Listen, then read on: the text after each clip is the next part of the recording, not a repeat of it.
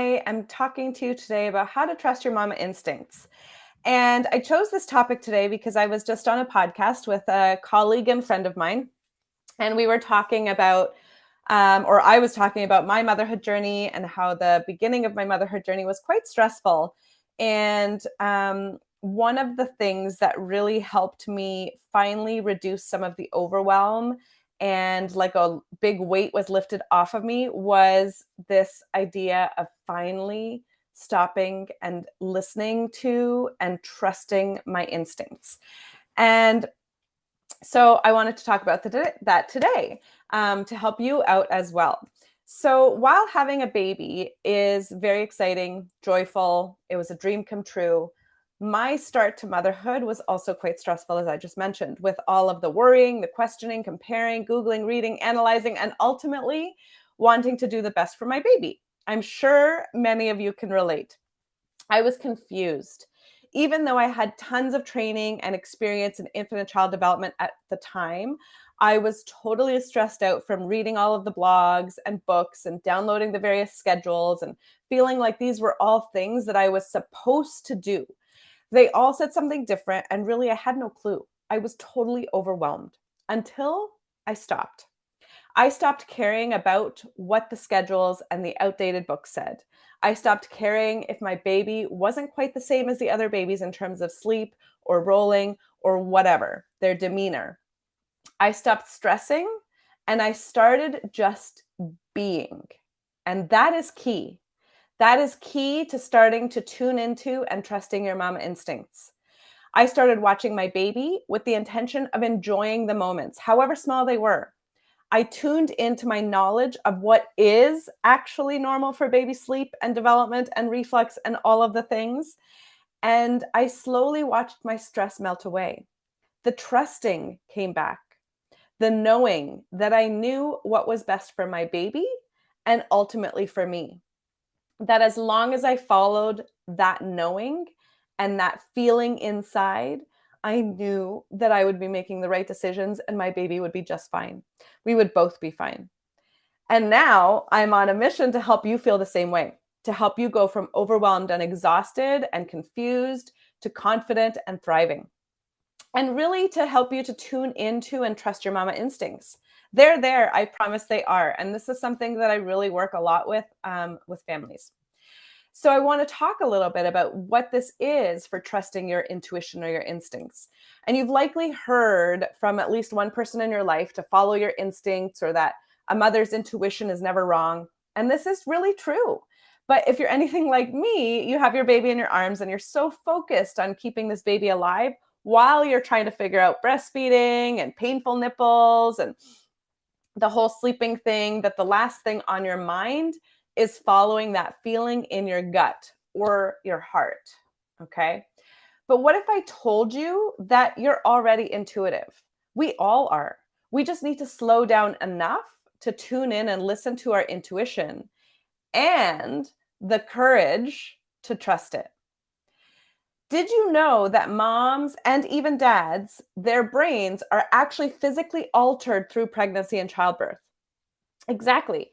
And this is why you experience your newborn baby's cries in a much stronger way than if you hear your friend's baby cry. Your baby's cry is meant to trigger that survival instinct in you to go to your baby and care for or protect them. Evolution has designed us this way. It's actually a hormone called oxytocin, or the love hormone, that is responsible for this really strong relationship that you have with your baby.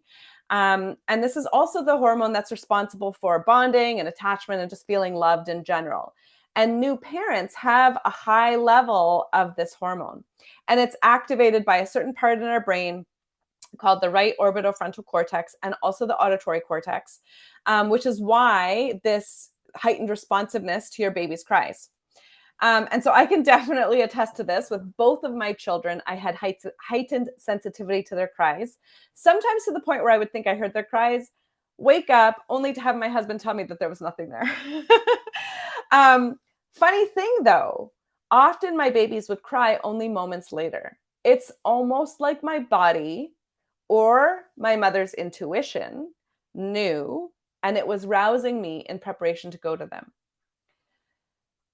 So, this heightened sensitivity might feel strange or perhaps even a little bit annoying, like those phantom cries that I was hearing.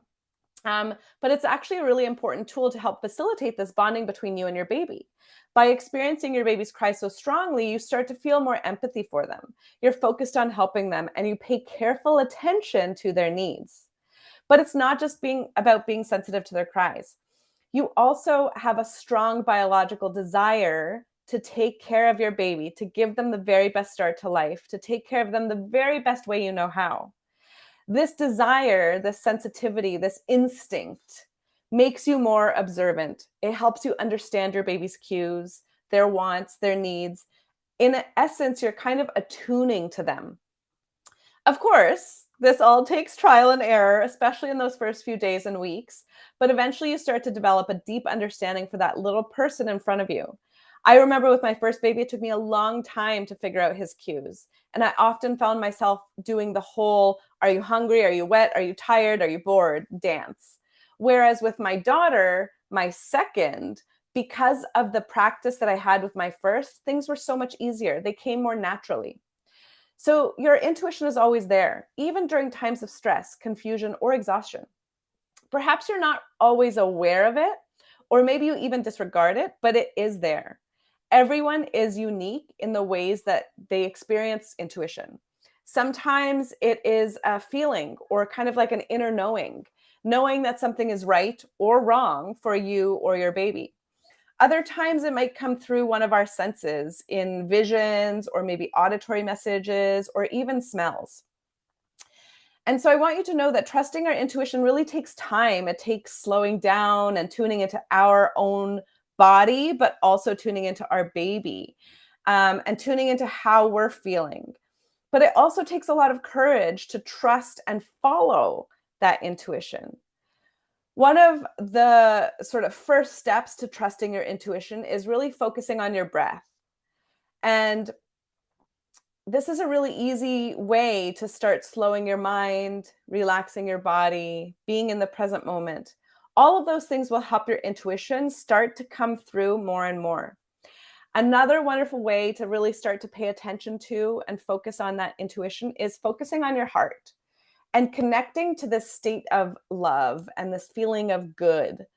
But really, any activity that helps you get into a relaxed state will be helpful in tuning into your intuition. So, if it's meditation, if it's yoga, if it's going for a walk out in nature, if it's sitting down next to a tree or giving a tree a hug, whatever it is for you, the more we tune into this intuition or into the feeling in our body, or maybe the visions, if you are getting them through visions or the auditory messages, however we tune into our body, the more we tune in, the stronger that intuition will get. And so this is also where self-care comes into play. The more we can take care of ourselves and slow down and take breaks out of our busy days with our babies or toddlers, the more we can access this intuition. So I invite you to embrace this resource inside of you, your mama intuition. What does that mean? It means that nobody will know your baby or your family as well as you. And if you feel like your baby needs something or something is wrong, then please, please, please don't suppress that feeling. Even if someone, and yes, that includes your doctor, even if they tell you otherwise. If your mama heart aches, I want you to follow it. Trust yourself and your baby. It will never steer you wrong. Hopefully that helped you to really embody what this whole trusting of your mama intuition really means. And I would love to know how you kind of move forward in your motherhood journey while paying attention to what your heart says. I want to leave you with this. I want you to really think to yourself the next time you have to make a decision in your motherhood journey or about your baby, maybe about their sleep or whatnot. How does it feel in your heart? Does it feel light? Does it feel right? Or does it feel heavy and kind of icky? Those are going to be really good first clues in terms of what your intuition is telling you. So that is it. Thank you so much for listening. Lovely to chat with you all today. Have a wonderful weekend. And if you want to learn more about trusting your mama intuition, then I invite you to come and join me inside my Holistic Baby Dreams course. We have a whole module, Module M, which is all about mama, making time for mama, talking about intuition, self-care, all of the things. So please come and join me in that. The link for more details is along with this video, and I hope you have a wonderful weekend. Bye, everyone.